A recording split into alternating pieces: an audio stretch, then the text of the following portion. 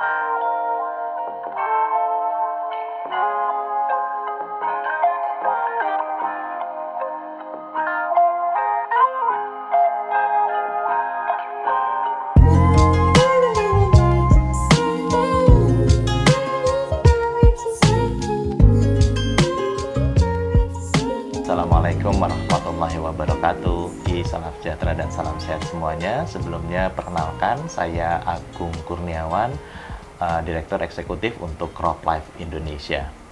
Berbicara mengenai masalah pertanian, tentunya kita melihat bagaimana adopsi teknologi modern pertanian menjadi sangat penting di Indonesia. Untuk itu, CropLife Indonesia hadir sebagai bagian dari asosiasi global yang saat ini berorientasi dalam menjadi mitra strategis pemerintah dalam konteks pengembangan sektor pertanian.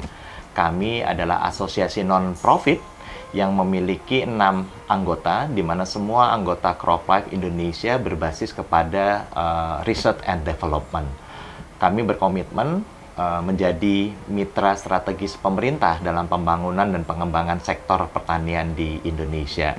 Saat ini, CropLife Indonesia memiliki beberapa fokus kegiatan, terutamanya terkait dengan perlindungan produk perlindungan tanaman, benih, dan juga bioteknologi.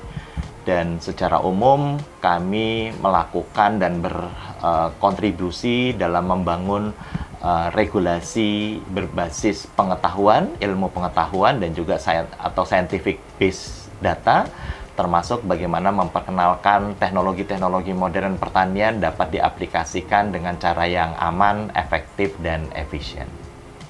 Sejak tahun 2024, CropLife Indonesia terpilih menjadi negara ketiga setelah Thailand dan Vietnam dalam melaksanakan kegiatan atau inisiatif global dengan nama Sustainable Pesticide Management Framework atau pengelolaan pestisida berkelanjutan di Indonesia. Kegiatan ini dilaksanakan dengan berfokus kepada 3 pilar. Yang pertama adalah mendorong penggunaan teknologi modern pertanian berbasis mitigasi risiko dan risk assessment. Yang kedua adalah terkait dengan pengembangan inovasi, di mana beberapa kegiatan berbasis digital, dan yang ketiga adalah program yang berkaitan dengan tanggung jawab dan penggunaan jangka panjang baik terhadap produk perlindungan tanaman dan teknologi modern lainnya. Adapun hal yang bisa kami highlight terkait dengan kegiatan di pilar kedua, salah satunya adalah penggunaan drone di sektor pertanian. Sebagaimana kita ketahui, penggunaan drone sudah masif digunakan di seluruh area, terutama di bidang entertainment, land mapping, dan lain sebagainya. Namun khusus untuk penggunaan drone di sektor pertanian, kami memiliki komitmen bagaimana mendorong penggunaan yang aman dan efektif, tentunya berorientasi kepada tanggung jawab penggunaan dari sisi industri kami dari produk perlindungan tanaman. Inisiatif ini dilakukan dengan kolaborasi Kementerian Pertanian, terutama dalam bidang pengembangan modernisasi alat pertanian dengan BRMP Mekpan, di mana kegiatan ini merumuskan SOP drone dengan melibatkan semua stakeholder dan fungsi terkait dari kementerian dan lembaga terkait, baik dari sisi Kementerian Pertanian tentunya, Kementerian Perhubungan, FASI, manufacturer dari sisi drone itu sendiri, dan juga beberapa stakeholder lainnya. Kegiatan ini diharapkan dapat memberikan output SOP penggunaan drone di sektor pertanian. Selain itu juga tentunya ada beberapa kegiatan yang saat ini terus dilakukan bersinergi dan berkolaborasi dengan Kementerian Pertanian, terutama misalnya terkait dengan pendaftaran online dari produk perlindungan tanaman itu sendiri. Terus kemudian ada beberapa inisiatif yang dilakukan termasuk dalam konteks pengembangan SOP atau guidelines dari sisi batas maksimum residu. Hal ini juga dilakukan dengan melibatkan semua pihak terkait dengan harapan di akhir kegiatan dapat memberikan atau merumuskan suatu standar dalam konteks pengembangan batas maksimum residu yang ada di Indonesia. Bicara mengenai karir profesional tentunya menjadi suatu kebahagiaan buat saya dan kehormatan tentunya apabila saya saat ini duduk sebagai Executive Director dari CropLife Indonesia, karena sebelumnya pernah bekerja di industri perminyakan, industri yang sama sekali berbeda dengan sektor pertanian, menghabiskan waktu lebih kurang 13 tahun di sektor industri perminyakan.